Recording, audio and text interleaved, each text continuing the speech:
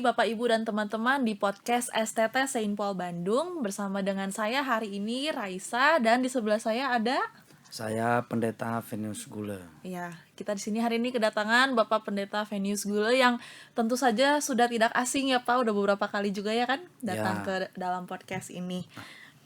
Baik, mungkin sebelum kita memulai podcast pada hari ini, mungkin sedikit latar belakang dulu Pak. Bapak mungkin pelayanannya sekarang di mana, kesibukannya apa, seperti itu Pak. Ya, jadi untuk saat ini saya sebagai seorang pendeta di gereja ONKP yang beraliran Lutheran, dan juga saya sebagai seorang dosen di STT Saint Paul Bandung. Ya, di sinilah di STT kita. Lalu selain daripada itu, saya juga sebagai ketua perkumpulan seluruh pendeta Indonesia se-Jawa Barat. Wah, keren PSPI. ya. Berarti sudah banyak pengalamannya ya Pak ya dalam hal pelayanan maupun juga dengan dalam hal Masih pendidikan. belajar. Oh, masih belajar. Ini contoh rendah hati ya Pak. Haleluya. Oke, baik. Hari ini kita akan membahas satu tema yang sebenarnya cukup ada kaitannya dengan tahun baru Pak. Kan mungkin kalau di tahun baru itu orang terkadang punya resolusi baru gitu ya Pak ya, untuk bisa menjadi lebih baik di tahun ini daripada tahun sebelumnya. Dan oleh karena itu kita hari ini akan membahas tema tentang bagaimana cara meninggalkan kehidupan kita yang lama. Seperti itu. Ya, meninggalkan kehidupan yang lama memang itu agak berat. Karena kenapa? Itu kan kalau misalnya orang itu sudah lama hidup seperti itu pasti nyaman. Iya, Nah, betul. otomatis untuk keluar dari zona nyaman itu, keluar dari bersama dengan teman-teman lamanya dia yang dalam tanda kutip mungkin kehidupannya sebenarnya nggak benar, tapi karena dia sudah lama bergaul di situ, karena dia sudah lama bersama-sama di situ, untuk keluar dari situ itu nggak enak. Karena kenapa? Dia di situ sudah nyaman. Nah, tentunya untuk keluar dari situ itu butuh proses dan juga butuh suatu kuasa yang bisa menjamah dia sehingga dia bisa keluar dari hal-hal yang demikian. Iya. Tapi kalau menurut Bapak pribadi, kenapa seseorang itu sangat sulit Pak untuk bisa meninggalkan kebiasaan buruknya selain karena tadi ya, karena itu di luar zona nyamannya gitu? Ya, karena mungkin karena pergaulannya dia, ya, atau mungkin karena latar belakangnya dia. Mungkin lebih tepatnya kenapa orang itu bisa masuk di sini ya, di pergaulan yang tidak benar mungkin. Ya mungkin karena latar belakangnya, latar belakang keluarga, kemudian latar belakang pendidikannya dia, lalu latar belakang pergaulannya dia, sehingga dia bisa masuk dengan pergaulan-pergaulan yang tidak benar itu. Dan ketika dia sudah masuk di situ, itu memang sangat berat sekali. Karena kenapa? Ada banyak sekali tantangan untuk dia. Yang pertama itu tadi seperti yang saya bilang, dia sudah nyaman di situ. Yang kemudian juga ada intimidasi dari kawan-kawannya tadi kan. Iya, Kalau betul. misalnya dia berubah, dia bertobat, lalu otomatis kan teman-temannya yang dalam tanda kutip mungkin masih belum berubah, yang masih belum bertobat, itu bisa saja itu mengejar dia, bisa saja mencari keberadaannya dia, dan bisa saja mengintimidasi dia begitu. Itu kebanyakan yang saya lihat. Jadi banyak faktor ya sebenarnya Pak ya. Betul sekali. Gak cuman karena keluar dari zona nyaman saja, tapi bisa juga karena dari lingkungannya Dari ya. lingkungannya dan juga diintimidasi. Iya. Kalau misalnya orang itu sudah bertobat kan nanti kawan-kawannya dia itu yang masih belum bertobat kan kadang-kadang bisa ngomong, lihat itu orang itu sudah bertobat. Itu sudah suci kan begitu. Iya. Itu kan kadang-kadang menjadi penghambat untuk seseorang untuk bisa benar-benar bertobat begitu. Ya, jadi memang kalau kita lihat tidak semudah itu ya Pak. Betul, untuk bisa meninggalkan kebiasaan atau mungkin kehidupan kita yang lama. Tidak Tapi semudah membalikan telapak tangan. betul. Dan kadang kan orang bilang ya udah tinggalin aja, tapi mungkin ada konflik pribadi ya Pak ya. Iya. Ada konflik pribadi yang terjadi dalam diri orang itu. Ya, jadi konflik pribadi itu kadang-kadang ya suara-suara dari iblis itu kan pasti mengintimidasi, apalagi dia sudah masuk di situ kan. Orang itu sudah masuk dalam pergaulan yang tidak benar, dalam kehidupan yang tidak benar. Ya pasti kalau misalnya dia mau berubah, pasti ada intimidasi juga dari iblis. Kamu kok berubah? Mendingan di sini saja. Mendingan perbuatan yang tidak baik ini dilanjutkan saja. karena ini akan menjamin hidupmu, akan menjamin ya status sosialmu, akan membawa engkau diangkat, terkenal, kan Iya. seperti itu. Nah, sehingga dengan demikian kalau misalnya orang itu tidak dekat dengan Tuhan, maka otomatis ya dia tetap seperti itu.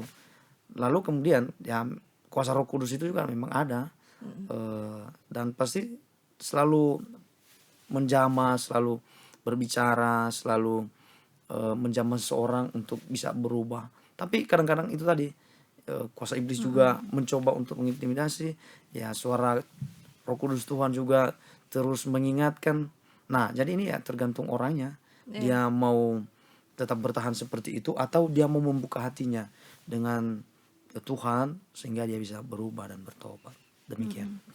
Jadi sebenarnya itu adalah sesuatu hal yang sangat mungkin ya Pak Betul untuk bisa sekali. dilakukan. Betul sekali. Tapi kan kadang Pak dalam proses orang itu bisa meninggalkan kehidupan yang lama, kan ada masa di mana dia berhasil nih Pak.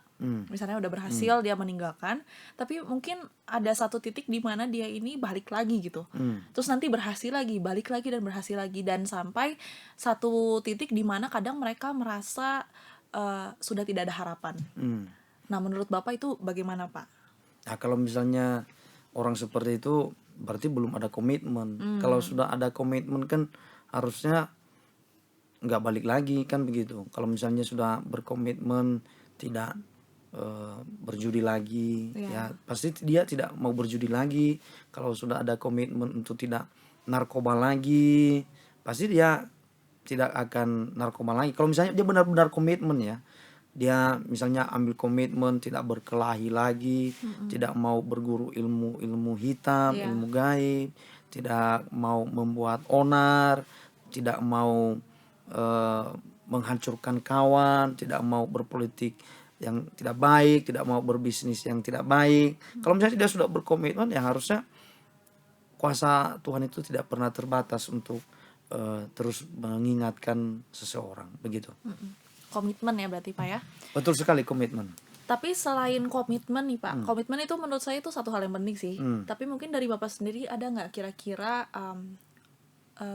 tips bagaimana gitu ya, selain berkomitmen itu, cara untuk kita bisa meninggalkan kebiasaan yang buruk itu Pak? Ya, jadi saya pikir kita harus sungguh-sungguh untuk dekat dengan Tuhan. Kita harus membuka hati kita, yaitu intinya. Karena kenapa? Orang itu kita tidak bisa merubahnya loh. Jadi sampai kapanpun orang itu dinasihati, terus dibilangin, terus kita paksa dia untuk berubah, nggak bakalan berubah itu orang kalau misalnya bukan dari hatinya yang paling dalam. Dan hatinya yang paling dalam itu hanya bisa disentuh oleh kuasa yang supranatural. Kalau kita sebagai umat Kristiani, ya kuasa yang supranatural itu adalah kuasa Tuhan, di mana Roh Kudus itu sanggup untuk mengingatkan seseorang. Jadi hanya bisa diubahkan melalui itu.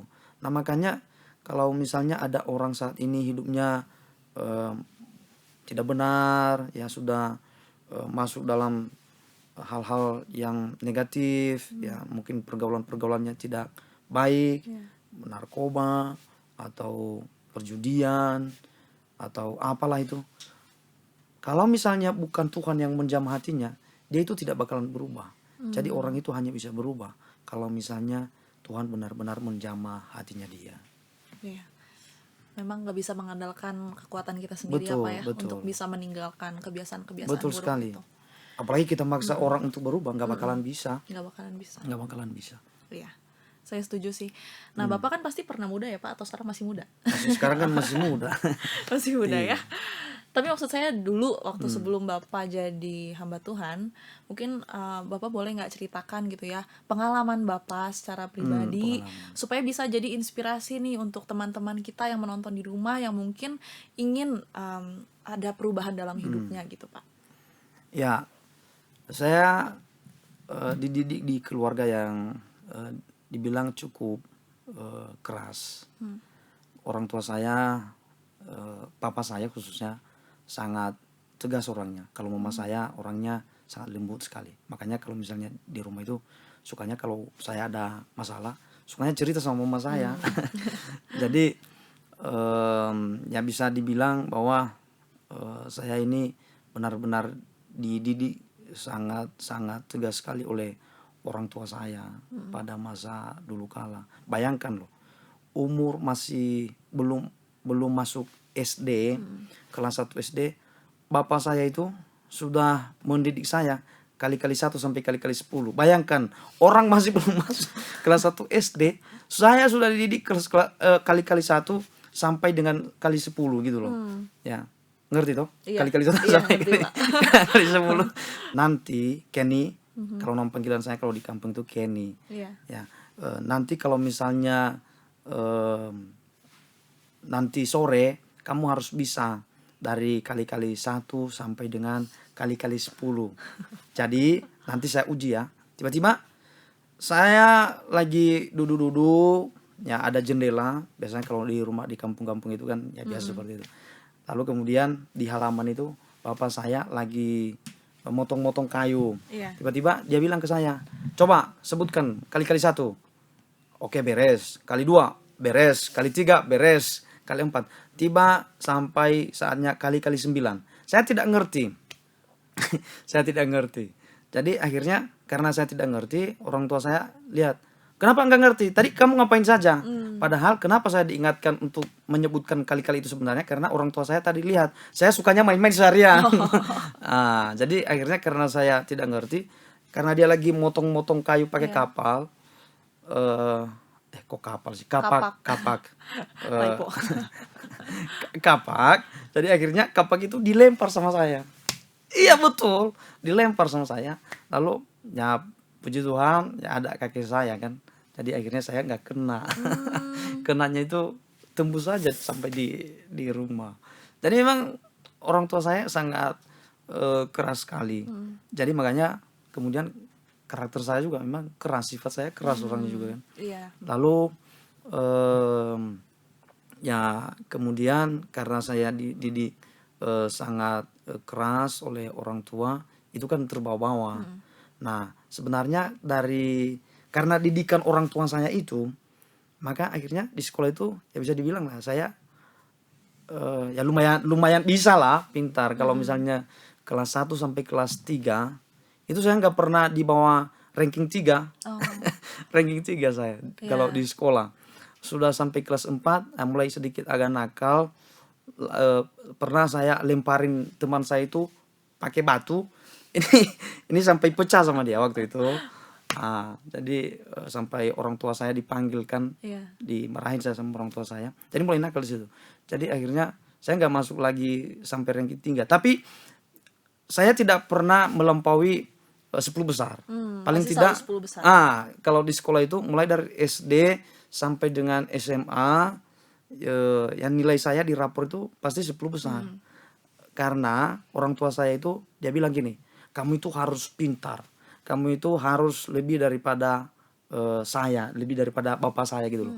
Kalau bapak saya itu dia tamatan SD. Tapi kalau matematika bapak saya sangat luar biasa sekali. Bahkan saya akui saya kalah kalau matematika. Mahir Jadi ya, Pak, mahir. matematika. Cuman puji Tuhan karena beliau hanya tamatan SD waktu itu, maka ketika sudah mulai masuk SMP kan sudah mulai susah kan matematikanya dan beliau belum mengerti kan begitu. Tapi belum diajarkan kan sama beliau. Iya. Jadi akhirnya saya nggak terlalu dipaksa-paksa untuk matematika itu karena beliau nggak ngerti gitu loh. Jadi saya agak merdeka di situ. Waktu itu. Nah karena saya dididik dengan sangat keras itu ya akhirnya terbawa-bawa. Nah makanya kemudian akhirnya saya terpengaruh dengan hal-hal yang tidak baik. Iya. Tapi saya sembunyikan karena bapak saya itu tadi orangnya sangat tegas. Ada rasa takut ya, Iya Pak, ada ya? rasa takut. Saya berkelahi di sekolah sampai-sampai orang tua saya dipanggil sama gurunya. Nah surat yang dikasih guru saya buang di sungai. Saya buang di sungai. Lalu kemudian saya punya kawan. Saya bilang besok kamu jadi wali saya di sekolah untuk mewakili orang tua saya. Digantikan Iya digantikan. Kemudian ketika di sekolah yang sudah mulai SMA cabut-cabut di sekolah. Lalu kemudian akhirnya yang sering berkelahi kalau di sekolah itu. Lalu kemudian berguru ilmu hitam saya pernah. Itu waktu SMA, Pak? Waktu SMA. Karena waktu SMA saya itu menjahit pakaian. Jadi saya bisa menjahit celana, menjahit baju, menjahit jas dulu itu saya bisa. Jadi ya lumayan lah saya dapat uang. Jadi akhirnya uang itu saya pakai untuk ya itu tadi saya berguru. Dan lalu kemudian selain daripada itu saya juga pakai untuk judi. Ada kartu-kartu, jadi kita judi kartu. Berarti sebenarnya masa-masa Bapak tanda kutip paling nakal itu waktu SMA ya berarti? Iya, betul sekali. Lalu berarti titik baliknya pas kapan, Pak?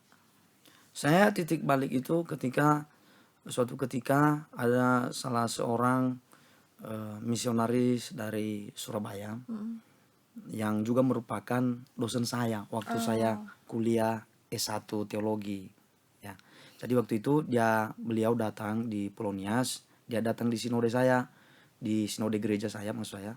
Lalu ketika beliau datang, jadi dia sampaikan bahwa ada penerimaan mahasiswa di salah satu kampus di mana biayanya gratis. Walaupun ketika nantinya saya sudah sampai di sana, mana ada yang gratis. Oke. Ya, jadi akhirnya setelah orang tua saya mendengarkan kabar tentang hal itu, lalu mereka sampaikan ke saya. Mereka bilang, kamu jadi pendeta saja. Nah, dalam hati saya, ini pendeta apa? Iya. Kok saya jadi pendeta? Padahal hidup saya ini kan sudah nggak karu-karuan, sudah nggak benar, sudah nggak baik. Kenapa saya harus jadi pendeta? Akhirnya saya nggak mau untuk jadi pendeta. Lalu tiba-tiba suatu ketika orang tua saya bilang kepada saya, ambil SKU-mu karena surat apa itu SKU itu apa? Surat Semacam ijazah itu loh, apa singkatannya itu? atau surat keterangan lulus gitu. Surat keterangan lulus, SKHU. Kok surat keterangan hasil Ujian. SKHU, surat keterangan hasil ujian. Jadi semacam ijazah. Sebelum keluar ijazah itu ada SKHU. Lalu kemudian waktu itu mama saya bilang, kamu ambil SKHU-mu, lalu nanti kalau misalnya sudah diambil, silakan kamu daftar menjadi sekolah teologi, sekolah pendeta. Nah, saya sudah mulai nggak suka. Ini apa gitu. Lalu kemudian mama saya, beliau maksa saya, ayo kamu jadi pendeta, biar kamu ini berubah. Pendeta itu baik, pendeta itu pasti orang baik, nanti kamu pasti akan berubah, nanti pasti kamu diberkati gitu-gitu. Lalu akhirnya kan saya nggak mau. Saya dalam hati saya, karena di kampung itu kan pendeta jalan kaki. Itu ada di gambaran Bapak. Iya, di gambaran pikiran saya kan saya seperti itu mikirnya. Pendeta itu kan tersiksa hidupnya, sudah begitu jalan kaki. Makanya saya mikir, wah kalau misalnya saya jadi seperti begitu, bagaimana nanti hidup saya ke depan? Nah akhirnya kan saya nggak mau. Saya bilang sama orang tua saya, apa itu sekolah pendeta, saya nggak mau. Dulu saya pengennya sekolah hukum. Gitu. Jadi akhirnya. Nah akhirnya kemudian karena saya tidak mau, lalu tiba-tiba papa saya, orang tua saya, bapak saya maksud saya, beliau lihat saya, matanya sudah tajam. Nah, kalau misalnya matanya sudah tajam itu artinya awas. Awas. Peringatan itu. Nah, akhirnya saya untuk menghindari marahnya beliau, jadi akhirnya saya pergi saja. Saya bilang sama teman saya, ada satu namanya Hauge. Ya, Hauge namanya. Saya bilang, kita pergi untuk mengambil SKHU. Kata mama saya. Lalu akhirnya dia mau. Lalu akhirnya kami pakai motor GL Max. GL Max yang bunyian kadang-kadang knalpotnya itu ketinggalan di jalan.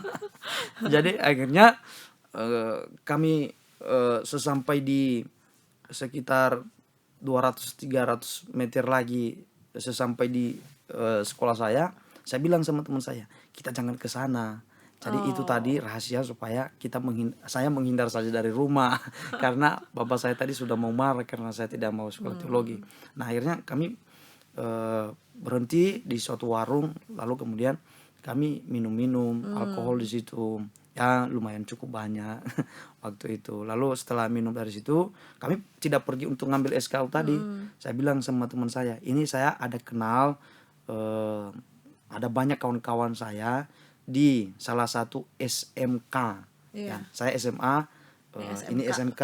Saya bilang, ini kita ke sana. Lalu kemudian dia bilang, oke, kami jalan lagi. Padahal posisinya sudah minum. Lalu ketika sampai di sana, ya biasalah namanya anak-anak muda kan biasa. Lalu ketemu sama teman-teman. Lalu kemudian kami minum lagi di situ. Nah, sesudah minum, lalu kemudian saya dibonceng, posisinya di belakang. Nah, pas saat itu kami pulang. Nah, ketika dia bonceng saya sekitar beberapa kilo, dia tidak tahu kalau saya itu sudah jatuh. Oh, tertinggal. Tertinggal. Nah, sesudah gitu dia mau sampai di rumah. Tiba-tiba orang tua saya itu masuk di halaman rumah, di kampung. Lalu kemudian dia bilang, katanya dia waktu kami cerita-cerita setelah saya sadar, dia bilang kepada saya, Ken nih itu bapakmu. Dalam bahasa Nias dia ngomong gitu, itu ada bapakmu. Dia lihat saya di belakang, saya tidak ada. Jadi hilang. Sudah hilang. Jadi dia tidak melanjutkan lagi perjalanan. Ya, dia sudah tidak lagi melanjutkan perjalanan. Lalu kemudian dia pergi untuk mencari saya. Dia tahu kalau saya itu sudah jatuh. Jadi dia tidak ketemu lagi sama bapak saya tadi. Karena bisa repot masalahnya. Bisa betul. Bahaya itu. Dia putar balik, dia cari saya. Nah, akhirnya dia temukan saya di pinggir jalan. Ya, saya sudah terlempar karena ada jurang di situ. Ya, saya tidak sadar waktu saya jatuh. Dan saya sudah memang waktu itu sudah agak parah jatuhnya, bahkan sudah tidak sadarkan diri. Lalu kemudian saya diangkat, lalu kemudian saya disiram-siram pakai air, sehingga akhirnya saya sadar. Ketika saya sadar, ya saya mulai dari situ saya berjanji, Tuhan, ini tadi pasti dosa saya. Karena kenapa tadi di rumah saya sudah melawan mama saya. Karena waktu itu ketika saya disuruh untuk pergi sekolah teologi ngambil SKU itu, saya sampai sempat memaki. Padahal saya nggak pernah memaki sama orang tua. Nah, cuma karena disuruh sekolah pendeta, sekolah teologi, ya akhirnya saya memaki. Dan ya itu akibatnya kalau misalnya melawan orang tua. Makanya jangan lawan orang tua. itu bisa repot urusannya. Jadi setelah saya sadar, saya berdoa, Tuhan, ampuni saya mau menjadi hamba Tuhan, saya mau menjadi pendeta. Kalau misalnya ini rencanamu untuk saya percaya bahwa Tuhan akan memampukan dan Tuhan akan menolong saya. Nah, sesudah itu teman saya tadi dia bonceng saya sampai di rumah. Lalu kemudian orang tua saya lihat saya sudah jatuh, sudah ada luka-luka di kaki saya ini. Nah, lalu kemudian sudah sampai di rumah, mama saya bilang, kenapa kamu? Saya bilang, enggak, tadi jatuh. Dia bilang, mana SKHU-nya? Saya bilang, saya belum ambil, tapi saya mau jadi pendeta. Sebelum dimarahi makanya ngomong dulu ya. Saya ngomong gitu. Jadi mama saya langsung ketawa. Mama saya bilang, makanya kamu jatuh. Ya, nanti segera ambil itu SKU-mu. Nah, mulai dari situlah saya jadi pendeta. Walaupun sudah sekolah pendeta setelah itu, ya sampai di Surabaya masih naik turun ya. Kadang-kadang masih naik turun. Jadi orang itu nggak bisa dipaksa. Tapi sebenarnya kalau dari cerita Bapak gitu ya, berarti sebenarnya ada titik di mana Bapak membuka hati ya Pak. Betul. Seperti yang tadi Bapak bilang. Bapak Betul. membuka hati, menyerahkan diri, dan di situ Roh Kudus bekerja ya Pak. Walaupun setelah itu ya memang ada prosesnya. Betul. Walaupun kadang-kadang jatuh. Jadi orang yang sudah ada dalam Tuhan itu tidak dikuasai lagi oleh dosa, tetapi bisa jatuh. Akan tetapi ketika seseorang di dalam Tuhan itu jatuh dalam dosa, pasti akan bangkit kembali dan pasti akan diingatkan oleh Tuhan. Dan ini bukan berarti kalau misalnya kita sudah di dalam Tuhan, ya kita biarkan kita jatuh dulu, jangan. Jangan tunggu babak belur dulu ya Pak. Iya. Ya memang kesaksian hidup Pak Venius ini, Bapak Pendeta Venius ini sangat bisa menjadi inspirasi mungkin ya Pak untuk teman-teman atau Bapak Ibu di luar sana yang mungkin masih berusaha gitu untuk bisa bangkit gitu Pak dari kebiasaan-kebiasaan lamanya. Dan ya mungkin dari Bapak sendiri ada nggak Pak kayak pesan-pesan terakhir sebelum kita mengakhiri podcast pada hari ini bagi teman-teman kita yang masih bergumul dengan hal itu Pak? Ya, jadi intinya begini, eh, hidup ini adalah proses, dan tentunya dalam proses yang kita lalui dalam hidup ini yang Tuhan izinkan terjadi dalam kehidupan kita, mari kita setia mengikutinya.